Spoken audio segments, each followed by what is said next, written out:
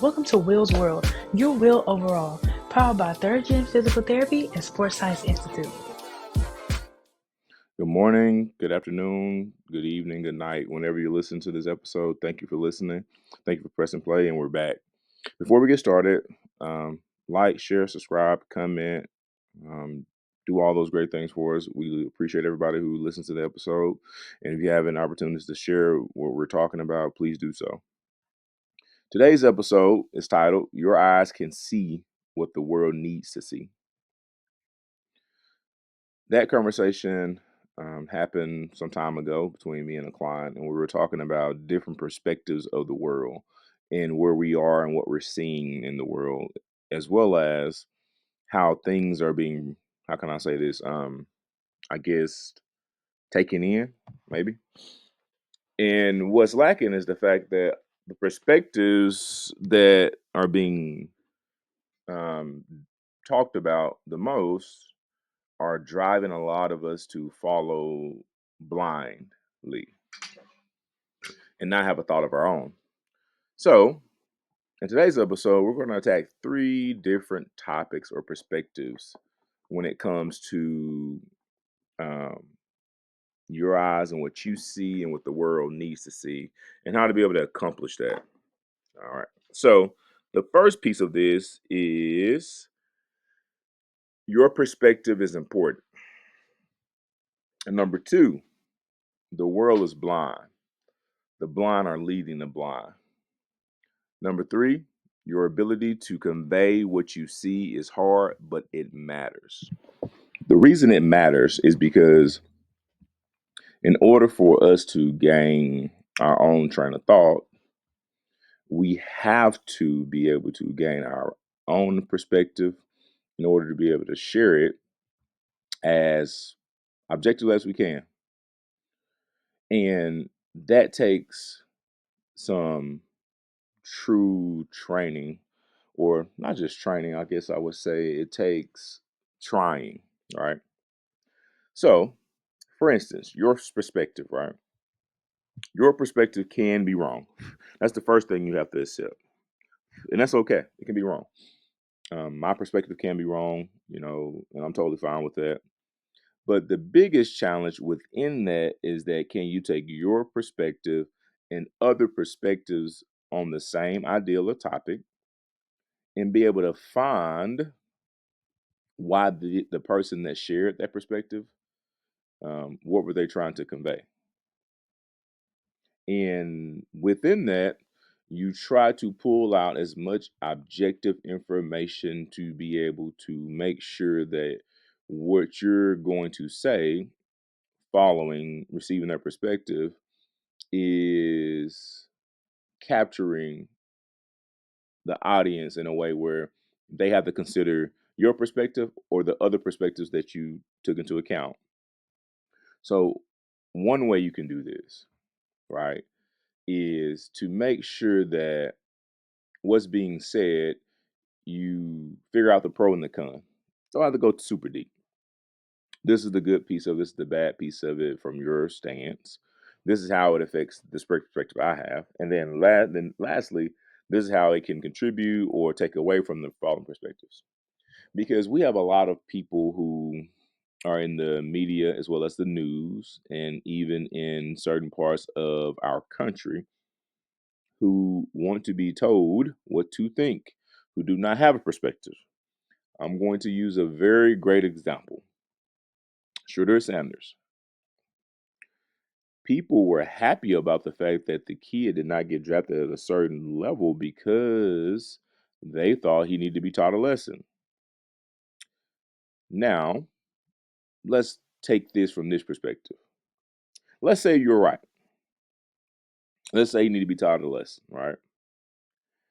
And let's say that the lesson that was supposed to be taught is, hey man, shut up, be humble, and as a result, you'll get what we give you. Correct? That's what you're basically basing it off of. Because he doesn't control if he gets drafted or where he gets drafted. He only controls his actions. Here is one challenge to that perspective. How many times has someone drafted a player who literally had committed crimes and they got drafted in the first round. And because they're talented, we said, oh, this guy needs another chance. Correct? I can name a lot of players. I'm not going to get in that list. But legit crimes where people have died. And we wanted that player drafted. And when they got drafted, there wasn't a whole bunch of negativity surrounding it. It was a little bit of he made a mistake, he apologized, and as a result, we drafted him because we want to give him a chance. But when a player who is constantly um, in situations where he's shown his character in the sense of not in trouble, doesn't get involved with the law, very outspoken because the position he plays requires you to be a lot more outspoken than I think people realize. And out of nowhere, society says and makes others believe that you should be quiet about who you are. You should not celebrate yourself because of the fact that you should be grateful that you're even getting drafted. I say this: if that was a different package, right, of how this occurred, what you would say is that was wrong. I'm not going to dive into different packaging, but what I'm going to say is that you would say this is wrong. Because what crime has he committed? What has he done wrong? See, society has made you believe that you should just shut up and play the sport and be grateful that you're there and be glad that you're drafted. The beauty of it, though, is that he just wants to play the sport. He doesn't have to play the sport. He's already a millionaire. And that pisses people off that he doesn't have to play that sport. He can go home and sit down, but he wants to play because he just wants to play. And people are fearful of the fact, especially owners, are fearful of the fact that this one kid who does not have to play the sport may transcend the game because we made such a big spectacle of him not getting drafted, and the people who did get drafted didn't even get talked about. Isn't that interesting? And we think that's okay. See, if you had different perspectives of it, you could see all sides of it. I can see how the owners are threatened or feel a certain way. Who is this guy? Who is this kid? He's nobody. I'm a billionaire. He's no one. I'm gonna show him. I get it. It's your team. Do what you want with it. But also, there's a lot of NFL players who have no thought of how they're going to retire after they're done with the game because there's no retirement. Only certain teams have that particular setup, and it's not as great as you think it is. And a lot of them don't care about guaranteed money. The contracts are not guaranteed. They're very intricate and complex contracts where when their days are done, they're done. So, in essence, what I'm saying is that your perspective can't just be the perspective that people tell you it should be. It has to be with some logic. And if it's not with some level of logic and objectivity, what happens is that the world is being led by the blind. And the message that's being conveyed is for them to tell you how to be able to think. For instance, we all know that a lot of great wars were started because somebody in power decided to make some people believe that this was the enemy. And then as time went on and the war had, initiated and ended, you go and look at the actual real history and find out it was a bunch of egos and basically a pissing contest. I'll set all this to say this.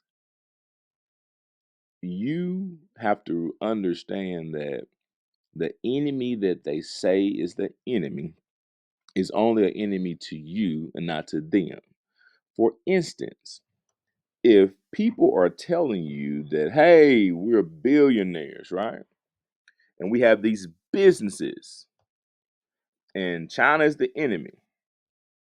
Please tell me why all of the actual goods and clothes that you wear and the things that you purchase and have say made in China. So did China come over and say, hey man, we're gonna just take that business and make it? Or did somebody have to give them the actual business? See, that's where the blind leads to blind. We can't think for ourselves. So, and as a result, we'll pay $1,000 for a Louis Vuitton bag when it's made for 40. Beautiful, isn't it? When you start to actually think and realize that what your eyes see is actually factual. There's tangible things that you're seeing that you can connect to other things. And the world needs to see it because too many people want to be told what to think by only certain individuals versus forming their own thought.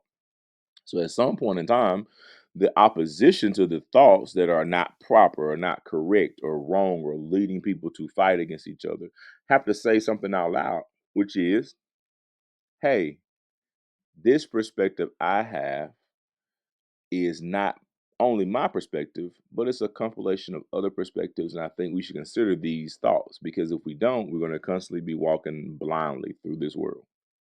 Now, the hardest part is your ability to convey what you see.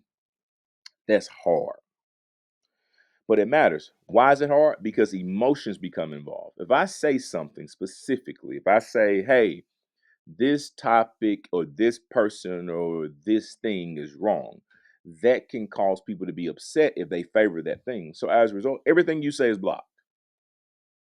You have to be very, very eloquent in how you approach it and very tactful in how you present what you're thinking. Because if you don't, it won't get past the first sentence. And that's hard, but you have to continue to try, practice, train your mind to be able to convey those thoughts and feelings. Reason for that, if you don't do that, then what happens is that you're pretty much just walking around here with a whole bunch of thoughts and opinions, and that could help people and you could share with people, but you're not willing to share because you don't think that what you say matters.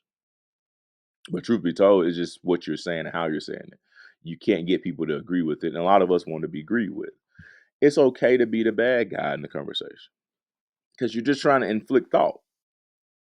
Because as time goes on, if things are what you say or they have some credence, to what you were trying to, tell a person or share, they'll eventually show up. And whether they know it or not, when they're at home at night, sitting on their couch watching TV, winding down, and they're seeing what they thought was correct become just total, nothingness, they will consider your thought. Where they act upon it doesn't matter.